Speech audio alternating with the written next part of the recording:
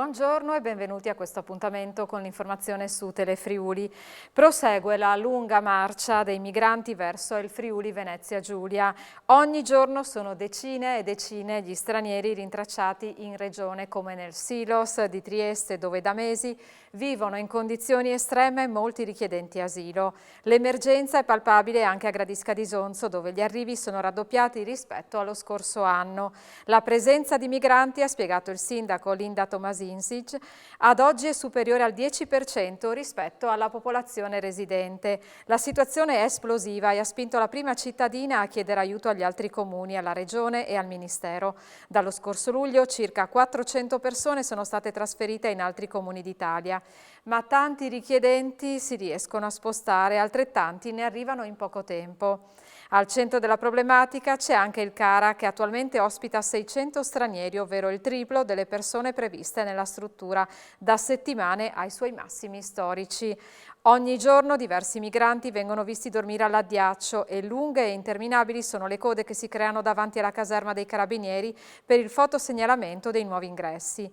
La città non può affrontare da sola questa emergenza, ha rimarcato il sindaco. Sono necessari aiuti dai comuni limitrofi e interventi da parte della Regione e di tutte le forze dello Stato presenti sul territorio. Voltiamo pagina, il nuovo governo deve coinvolgere l'Europa sul tema immigrazione, lo ha detto questa mattina il presidente della regione Massimiliano Fedriga, commentando la nuova emergenza migranti che in questi giorni riguarda Gradisca. Dobbiamo superare la lotta ideologica per la quale l'immigrazione è bene o male a prescindere, ha detto. Quella clandestina va contrastata, quella regolare favorita. Un problema che esiste oramai da quasi 7-8 anni, che sembra solo il Covid sia stato in grado di fermare. Parliamo della questione immigrazione. Oggi c'è la questione Gradisca, ieri Trieste, prima ancora Udine, Gorizia. Cosa si aspetta dal nuovo governo?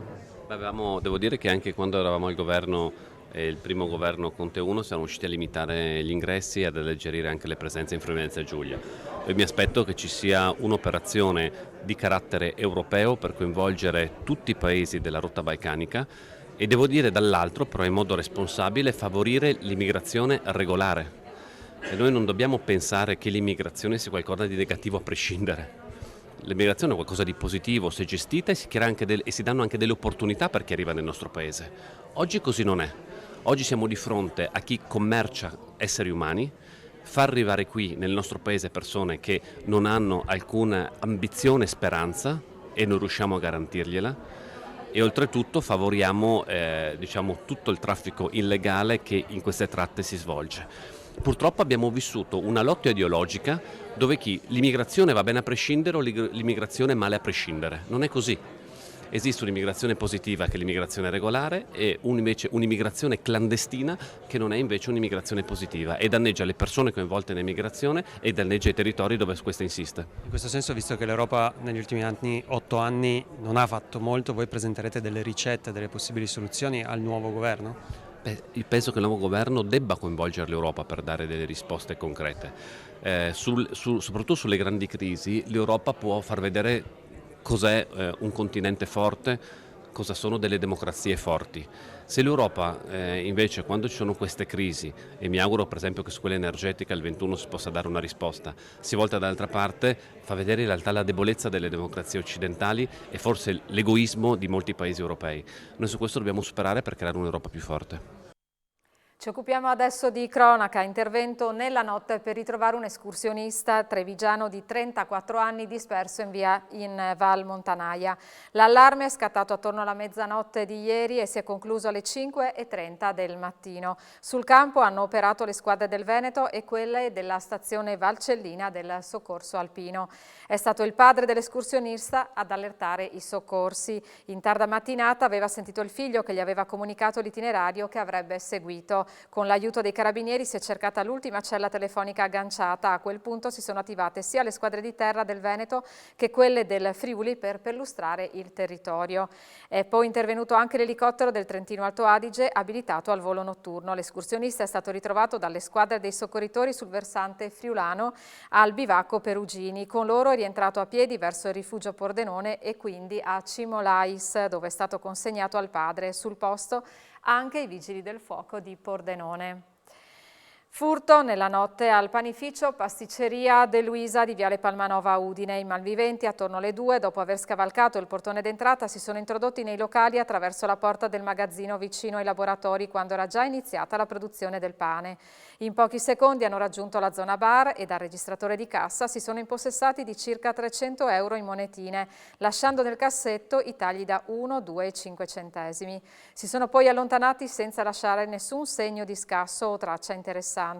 I titolari si sono accorti del furto attorno alle 3. In giornata verrà presentata denuncia ai carabinieri presso il comando provinciale di Udine.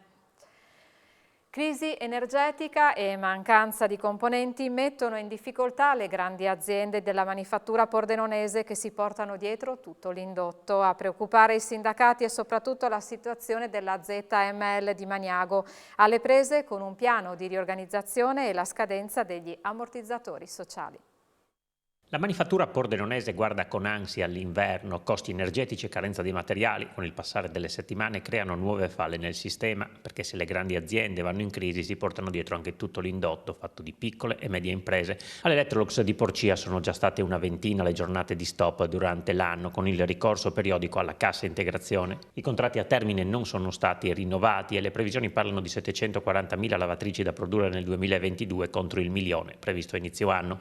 Numeri preoccupanti, spiega Gianni Piccinin della FEM CISL, che si portano dietro altre difficoltà per l'indotto. Migliore la situazione alla Savio, che produce macchine tessili. Gli ordini sono buoni, sottolinea il sindacalista, anche per il 2023. A preoccupare maggiormente è la situazione della ZML a Maniago. La fonderia è già alle prese da tempo con un piano di riorganizzazione e a fine 2022 sono in scadenza gli ammortizzatori sociali per oltre 400 persone. L'area Ghisa, anche per i costi energetici, è più in sofferenza della zona rame, spiega Piccinin. Questa situazione ci preoccupa molto, in ogni caso a dicembre il quadro sarà più chiaro. Crediti fiscali per il super bonus 110%, in Friuli Venezia Giulia sbloccati 100 milioni. Sta avendo ricadute positive l'azione condotta a livello nazionale da Confartigianato per avere chiarimenti dall'Agenzia delle Entrate in merito alla gestione dei crediti fiscali legati ai bonus edilizi. In virtù della circolare esplicativa di questi giorni, circa 100 milioni di crediti incagliati in Friuli Venezia Giulia, di cui 71 milioni per super bonus e 29 per altri bonus edilizi, possono cominciare a sbloccarsi, ridando ossigeno alle micro e piccole imprese, anche artigiane, che hanno concesso lo sconto in fattura.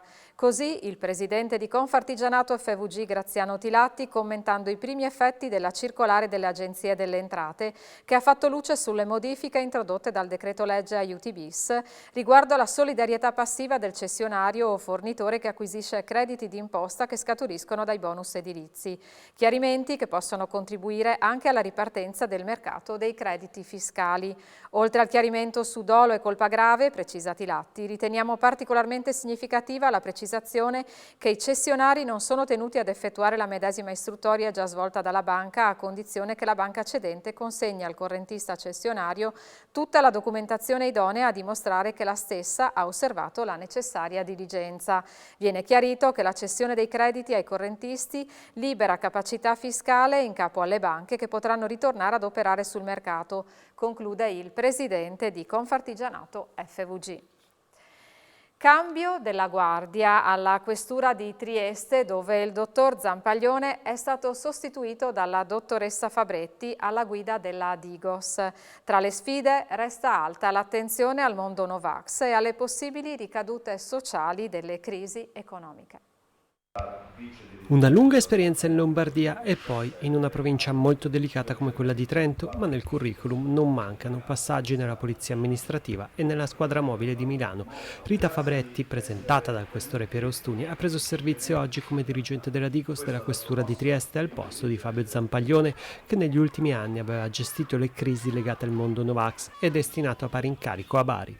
Per la dottoressa Fabretti, la prima donna a gestire la Digos del capoluogo giuliano, non mancheranno le nuove sfide. Queste manifestazioni riguarderanno anche altre problematiche che alla luce dello scenario globale stanno venendo alla ribalta e quindi chiaramente questioni legate ovviamente ai rincari piuttosto che ad altre problematiche avvertite a livello sociale.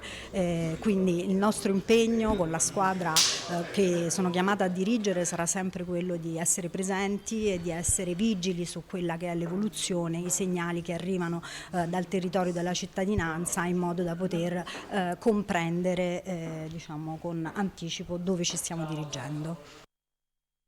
E in chiusura ci occupiamo degli spettacoli. Teatro è ripresa in regione la programmazione del festival La Scena delle Donne, che indaga la forza delle donne attraverso il teatro. La prima tappa è stata al Teatro Modena di Palmanova, dove è andata in scena l'ultima risata della compagnia Abaco Teatro. Il Teatro Modena di Palmanova ha fatto da scenario a L'ultima risata, spettacolo della compagnia Abaco Teatro scritto e diretto da Rosalba Piras, anche nei panni di interprete assieme a Tiziano Polese. Era fra gli appuntamenti in calendario ad ottobre per Connessioni Generazionali, 18° festival che indaga la forza delle donne attraverso il teatro, con tappe previste anche a Monfalcone e Gorizia, con il recital musicale Donne di confine. In L'ultima risata, l'autrice e direttrice sarda racconta la sorte dei comici cabarettisti ebrei segnata dall'avvento di Hitler al potere. Dopo il periodo aureo nei primi anni 30, per il genere del cabaret e per lo spettacolo leggero mitteleuropeo e berlinese in particolare, le artiste ed artisti ebrei furono man mano espulsi dai set e dai palcoscenici sui quali avevano primeggiato o costretti a replicare i propri spettacoli in condizioni sempre più ostili. Con la messa in scena di Palmanova, i due attori Tiziano Polese e la stessa Rosalba Piras, con montaggio video e sonoro originali di Tonio Cireddu e Franco Saba, vestono per l'appunto i panni di artisti di cabaret. Max Ehrlich e Camilla Spira, per ripercorrere tra musiche tradizionali Yiddish sia in video che dal vivo non soltanto la storia di due comici di grande successo, ma anche la loro profonda stima professionale che le accompagnerà sino alla fine. Se chi dubbia non piove mai, se c'è un'apa che ti fa svenire. Questa edizione del telegiornale termina qui. Io vi ringrazio per essere stati con noi. Vi do appuntamento tra poco con gli approfondimenti di A voi la linea. A tra poco.